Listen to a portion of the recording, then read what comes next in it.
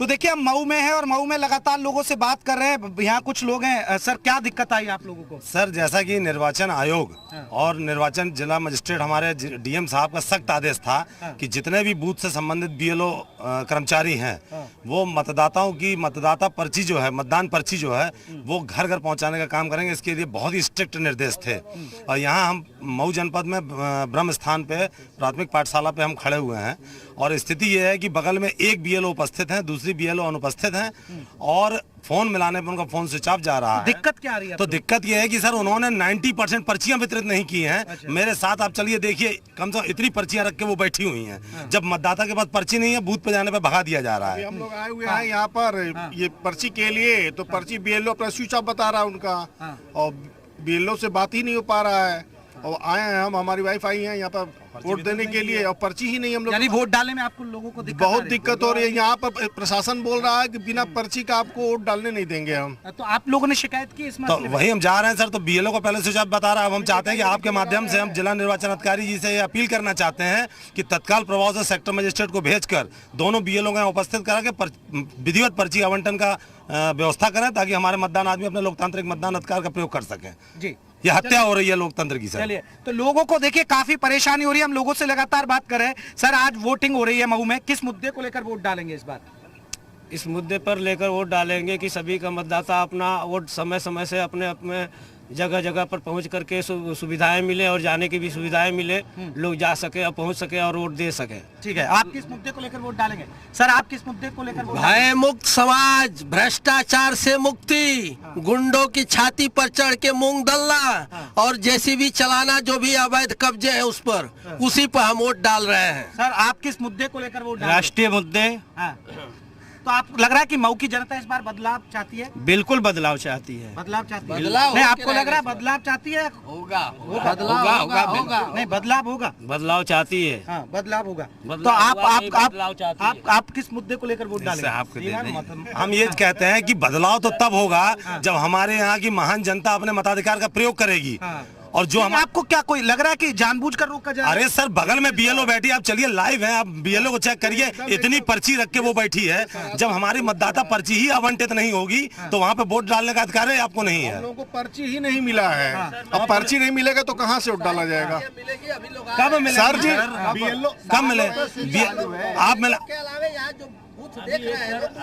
Public school के आगे चक मेहदी है, वहाँ पर एक विकलांग विद्यालय है, वहाँ पर मैंने गया था।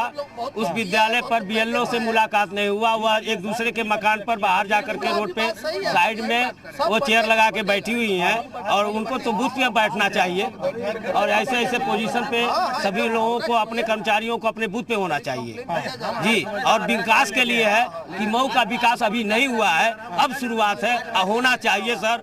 जो कि यहाँ पे बहुत से बेरोजगार। आपकी क्या दिक्कत है? आज बढ़ करके क्या होगा जब पहले ही नहीं मिला वो, तो बताइए आप। आज लोग अपने अपने घरों से निकलने वोट मारने के लिए यहाँ पर आकर के लेंगे वो लोग, ये बताइए। पर्ची यहाँ पर आकर के लेंगे लोग, उनको तो घर घर पहुँचाना चाहिए। बताइए, वोट मांगने के लिए घर आ रहे हैं, पर्ची भी देने के लिए घर आ रहे हैं उन लोग। तो आप किस मुद्दे को लेकर वोट डालना चाह रहे हैं? हम इस मुद्दे को लेकर के वोट डालना चाह रहे हैं, गुंडा राज मुक्त हो, गुंडा राज मुक्त, भ्रष्टाचार मुक्त हो।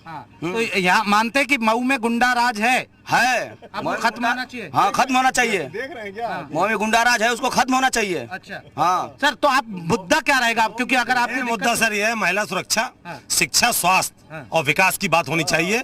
अगर आपकी सभी जो भी आपकी सरकारों की जो एजेंसीज हैं, अगर वो अपना काम निष्पक्ष रूप से और सैद्धांतिक रूप से करेंगी तो भ्रष्टाचार हो या फिर शिक्षा हो या स्वास्थ्य हो या विकास हो, वो स्वतः। सर आप किस मुद्दे को लेकर वोट डालेंगे? आप किस मुद्दे को लेकर? विकास को लेकर के। विकास के लिए। हाँ, स्वास्थ्य चाहिए, शिक्षा से सही होना चाहिए, विकास होना चाहिए और भयमुक्त समाज होना चाहिए। देखिए मऊ में और मऊ में लोग लगातार लोगों से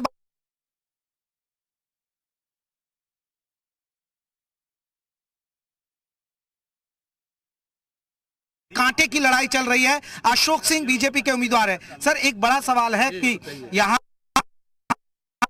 नहीं आप यहाँ कुछ बदलाव हो सकता है? जी जी, इस बार चूंकि जोगी जी की सरकार थी और जोगी जी ने अपराध पर, गुंडों पर और माफियों पर बहुत काम किया है और जनता के मन में आज ये विश्वास हो गया है कि जोगी जी अगर पुनः आएंगे तो ये सारे माफिया, सारे गुंडे, सारे जेल में जाएंगे।